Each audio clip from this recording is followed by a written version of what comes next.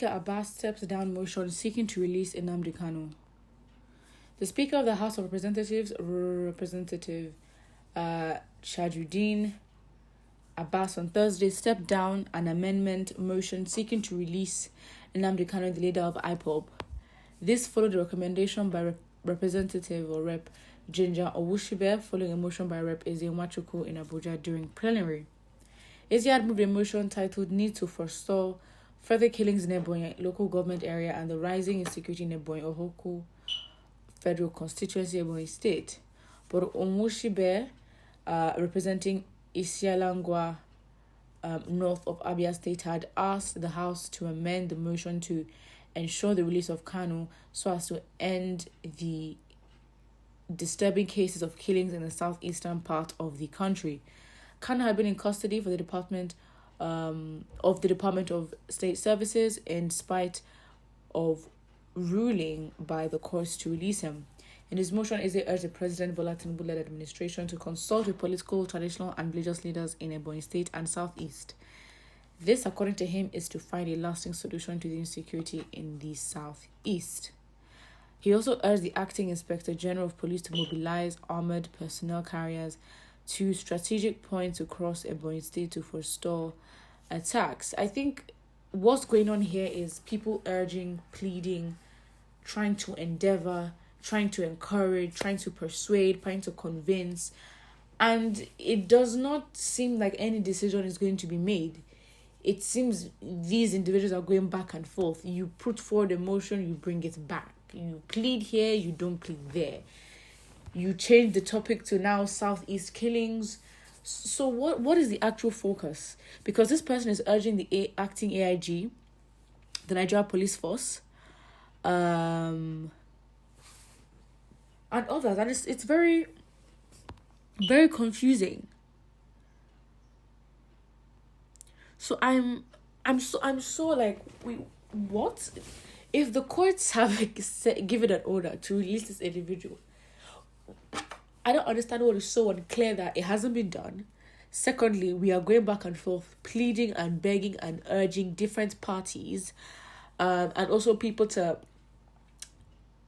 talk with religious elders, traditional rulers. Like, what? Isn't there the constitution that is basically the law above all the other laws, customary law, traditional, whatever? But then what is the confusion? What's the back and forth for?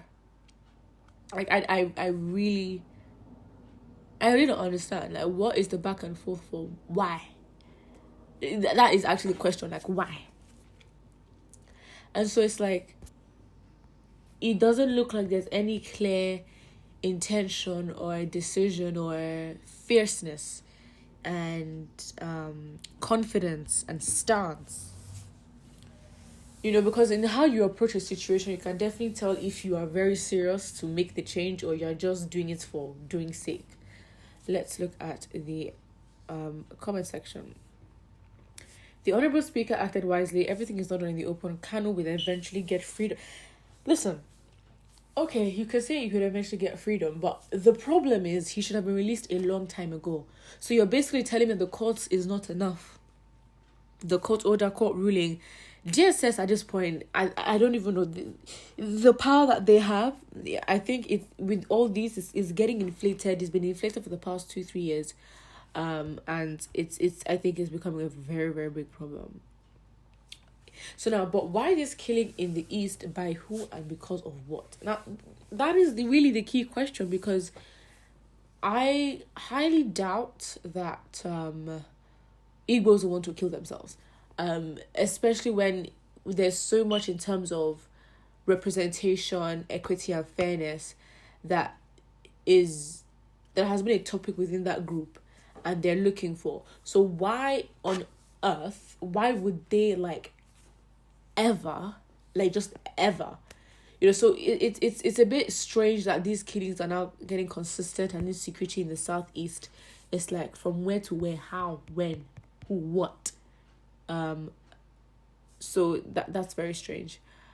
The court has already granted bail, but the government does not respect the court ruling, and that keeps him in custody. The North will never allow anything good to come to Southeast. That's the reason why they oppose it.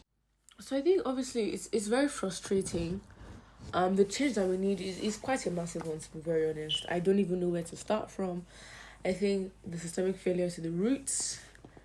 Because in any case, to be honest, that happens in the country, it's like 5-10 not underlying, but they're like accompanying issues with the main issue.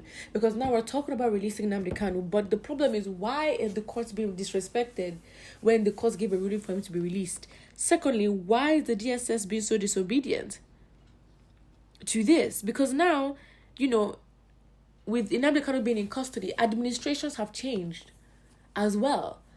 So when administrations change, there's just so much change that happens, and I don't even think it makes sense. I really don't think it makes sense. So I'm so confused. We're talking about releasing Nnamdi Kanu, then we talk about killings in the Southeast.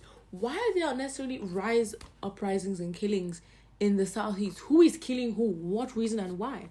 So you then understand that these other issues have their context and origins, and by themselves there are also big issues that would highlight other issues. So it becomes very frustrating. And rather than burying our heads in the sand, or even just focusing on one thing, I feel like we need to really think holistically and really find a way out, because it doesn't make sense. What do you think in the comment section below? And don't forget to like and subscribe.